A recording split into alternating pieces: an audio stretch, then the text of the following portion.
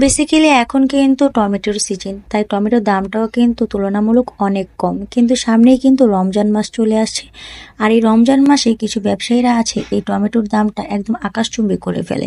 So আমি কিন্তু এরকম কখনোই করি না যে রমজান মাসে আমি টমেটো কিনে খাবো, এই ভুলটা কখনোই করি না। আর ছোলাতে টমেটো দিলে আমার কাছে অনেক বেশি ভালো লাগে, একটু টক টক লাগে, সেজন্য কিন্তু আমি সারা বছরের জন্য টমেটোটা সংরক্ষণ করে রাখি। সো এই যে আপনাদের ভাইয়ের সংরক্ষণের জন্য আমি কিছু টমেটো আনতে বলেছিলাম, তো এনেছে। এখন আমি এটাকে খুব সুন্দর করে জাল করে নেব।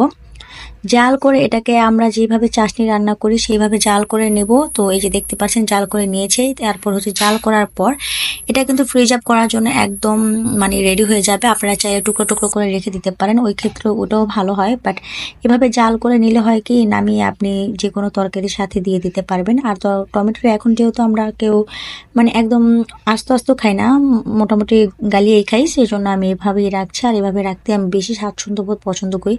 আপনারা চাইলে সারা বছরের জন্য এইভাবে টমেটোটাকে সংরক্ষণ করে রাখতে পারেন, দেখবেন আপনাদের কাছে অনেক বেশি ভালো লাগবে। আর আমার টিপসটা কেমন লাগলো অবশ্যই আমাকে কমেন্টসে জানাবেন। সো আমি এটাকে এখন ঠান্ডা করে রেখে দেবো ডিপ ফ্রিজে একটা বক্সে করে।